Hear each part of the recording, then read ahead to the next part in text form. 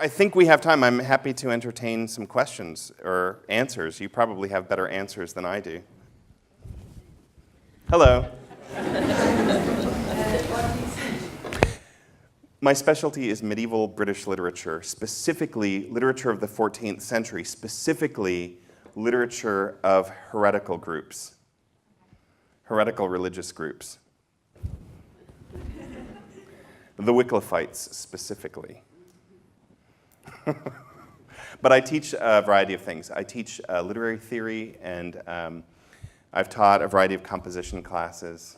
I don't know. I'm discovering, actually, that, so a few years ago, I've done this talk now for various people and these kinds of things, and someone a couple of years ago said, so what are you doing in your classes that reflects this? And I said,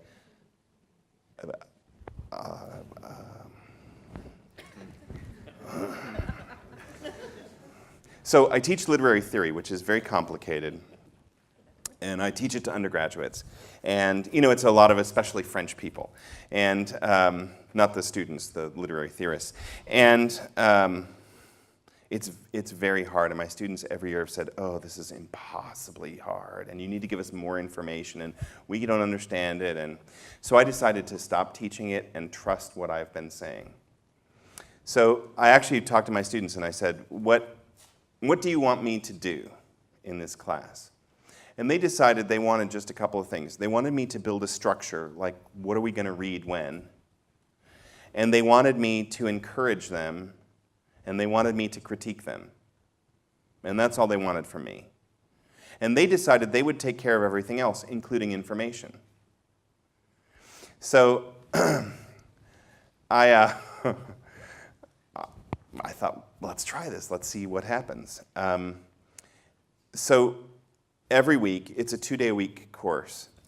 Every week, they read the stuff we're supposed to read by the beginning of that first day.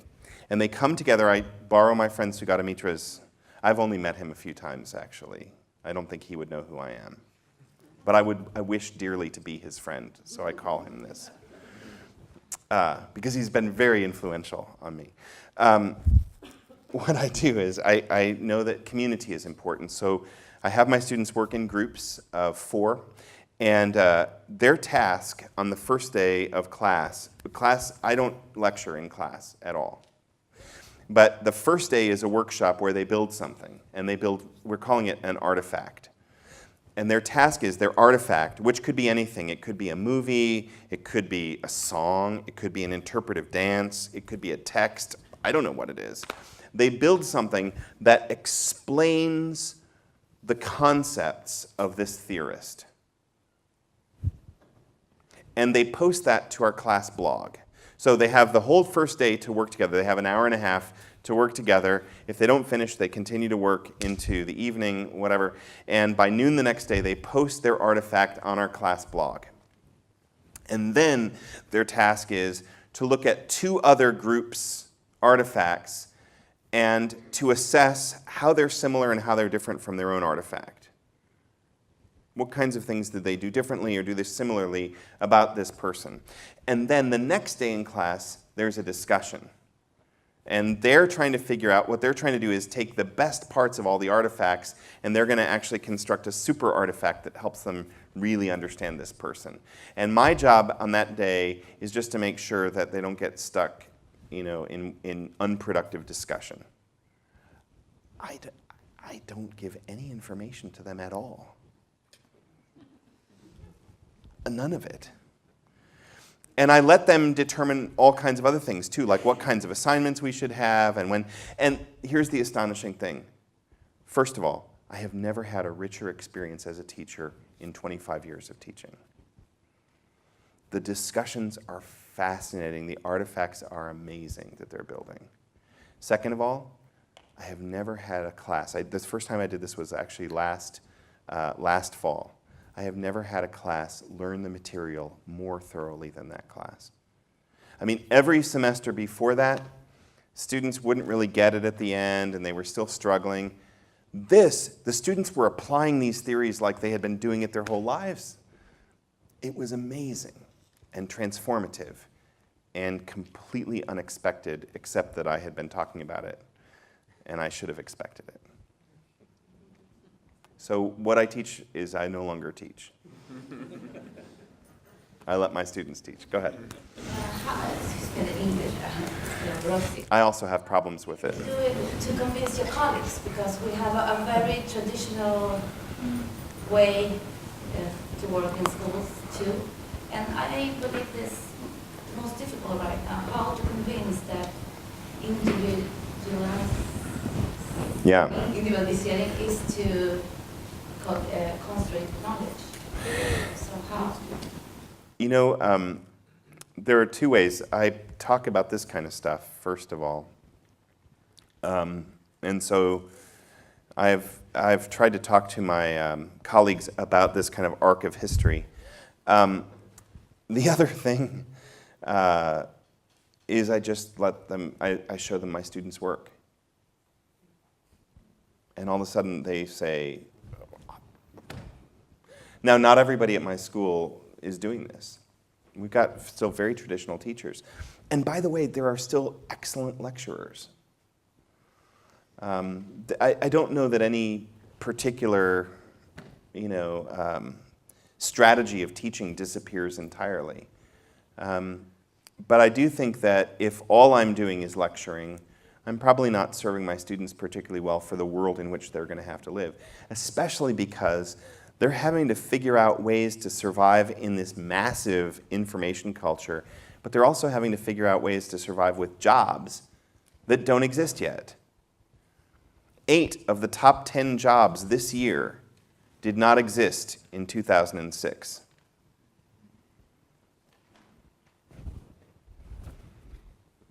I mean, there's no way I can prepare my students for stuff that doesn't exist yet, unless I teach them how to learn, how to be flexible. I don't have a good answer for you, in other words. But I think ultimately, people are going to come to this understanding whether they want to or not. It's not like you can fight the revolution, because it's over. It's happened. It's done. I mean, could any of you give up your mobile devices or your internet connections? There was someone over here, and then we'll go up there. Hi. Yeah. My Sugatamitra friend. Yeah, I'm a great supporter of him too. Actually, I would like to create a fan club. It's so interesting. And it was just by coincidence, maybe, but you said that your students worked in group of 4. And that is also that Sumatanita talks a lot about, the correlation between the students and also the context and everything. And that is also, I think, I don't know if this is something that supports from research. I guess it does, but because otherwise you can be a little bit afraid maybe that the students that are not that really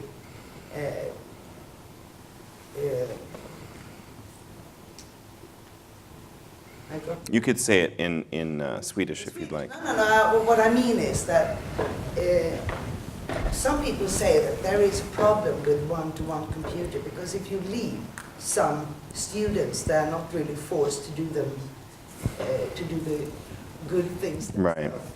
They could be left behind anyhow. Yeah. So that also supports, I think, the idea of working in groups. Absolutely. I mean, here's the fascinating thing I found. I mentioned teaching business and professional writing.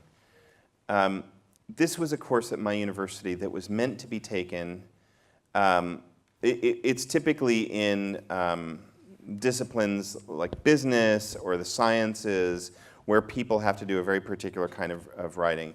And it's meant to be taken, the course is meant to be taken the first term of their 3rd year, just as they're moving into their upper division classes, so that they learn how to do this very kind of technical writing. Invariably, what this means, because of bad advising, is they take it their graduating semester. And by then, they don't care anymore. I already have a job lined up, or I already have. And when I was giving them these, assignments to do, build reports and, business letters and these kinds of things, they didn't care. I'm an English teacher, I'm not even in their discipline. They weren't, whatever. And they would just do these very half-hearted jobs, and I could never control them. And I would try to encourage them, and I tried to yell at them, and nothing worked. When I started having them go out into the community and build things and work in teams, two amazing things happened. First of all, they did not want to be embarrassed in front of these people in the community. And they worked far harder than they would ever work for me. And the second thing is, they did not want their groups to think of them as lazy idiots. So they would do stuff for one another, and they would do stuff for the community that they would never do for me. I think this is right. I think the beauty of a one-to-one is, and we're discovering some interesting things with one-to-ones, because we have this one-to-one iPhone program. The one-to-one is about access. One of Mitra's key things. Do you have access? Can you make things? Do you have access to information? But interestingly, in most cases, people won't, if you have a group of 4 students, they won't take out 4 laptops. They'll take out 1 laptop and the 4 of them will sit around it. Now that doesn't mean you should only give 1 laptop to every 4 students. But what it does mean is those groups are going to coalesce and change. The authority, the centrality of the person with the machine is going to change. Everybody needs to have one, but they're much more likely to want to work collaboratively with each other. It's what you guys did. So many of you, I didn't say, start talking to your neighbor about Sugata Mitra, but you did it anyway, because we're inherently social creatures, and because we learn best, and research proves this, we learn best in community, in social communities with one another. I learn from other people, and I need to be connected to other people to learn from them. So I think it's Mitra's 2 centerpieces. You have to have access, and you have to have community. And if in your classes, as you're changing this technology, if you can help build that, and that doesn't mean you have to, please don't misunderstand. I've talked about this radical version of education, but I did it by giving you a very traditional lecture, which was designed to inspire you and which maybe gave you some information. I don't know if it did inspire you, but that's what I was trying to do. So you can still do that. But is there also time when you can have people collaborate, build things? I think that's going to be, if you give students these powerful tools and then tell them never to use them in class, you're now giving them this contradictory message that won't make sense to them, and eventually they just won't pay attention to you because they'll think you're nonsensical. So you're giving them this thing, make them use it for you, and then you can participate in teaching them how to use it effectively.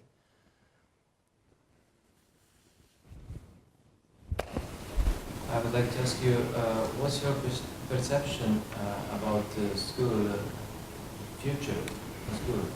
Do we have to meet each other in the virtual world, or what's your... I think both. I don't ever want to give up seeing people and being able to touch them, and I think working together face-to-face is really powerful. But I also know that I do a lot of that, and I also do a lot of virtual stuff, and the two actually help each other. Here's a fascinating thing about virtual schooling and virtual communities. It's something you see on Facebook. People are more willing to be open about themselves virtually. They will tell you things online that they would never tell you in person. And it's because there's this kind of buffer. The technology serves as a kind of buffer.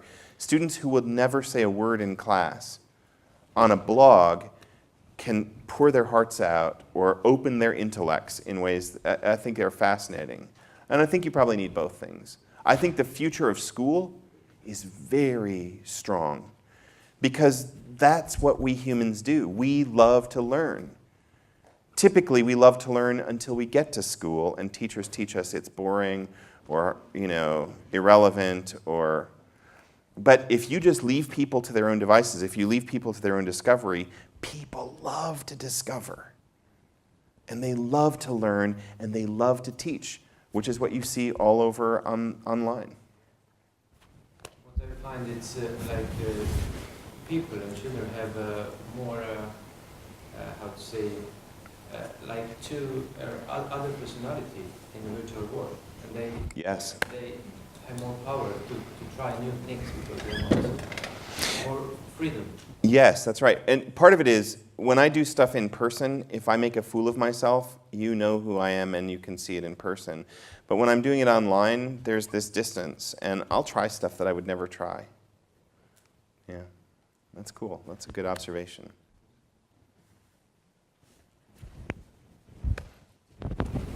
You said before that you can sometimes feel that this technology goes very fast and you don't know how it hasn't been like this before. This is probably, you know. But if you are a teacher that you want to do these modern things with your students because you know that they know it, but how can I teach them if I don't know the technology? If I don't feel at home with this computer and the mobile? And Sure. how can I be a teacher when I don't know anything about this, or very, very little? It depends what you want to teach them. If you want to teach them technology, you're stuck, my friend. If you want to teach them what it's like, what it looks like to be a learner about stuff you don't know about, you have the best position ever. Because let them teach you about the technology and show them what it means to be a productive learner, what it means to ask good questions, what it means to be humble, what it means, I mean, all those things that actually build culture, build our society. And I think they're values at the core of Swedish identity as well. This sense of interconnected community, of interrelationship, of democracy, of profound democracy that your country is famous for. And so as teacher, you might just be another learner, because all of us are teachers and learners at some point. I mean, we all know, we have a lot of information about one kind of thing and absolutely nothing about something else. And but the great thing is, you know, I mean, I've been teaching for more than half my life, but I'm still learning all kinds of astonishing things. So I don't know that you need to be the person who has expertise in that. But you do need to be the person who's willing to experiment and try and be potentially embarrassed, because that's what you're asking your students to do. And if they can see you doing that, they're much more willing to do it as well. I just have a little thought about the revolution we were talking about. Yeah. At the universities in Sweden, we're still applying teaching technologies and educational philosophies from way back in the days in the major program for educational purposes. Yeah. So are we. Yeah, but isn't that interesting when we're talking about revolution and we're still discussing the effect of Piaget on kids? Here's a fascinating thing about revolutions. They almost never start with the people in power.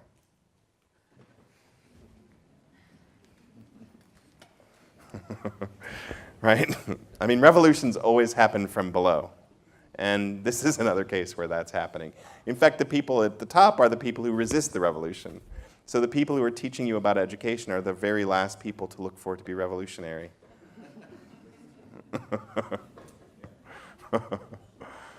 I mean, there are, you know, sometimes there are provocateurs, but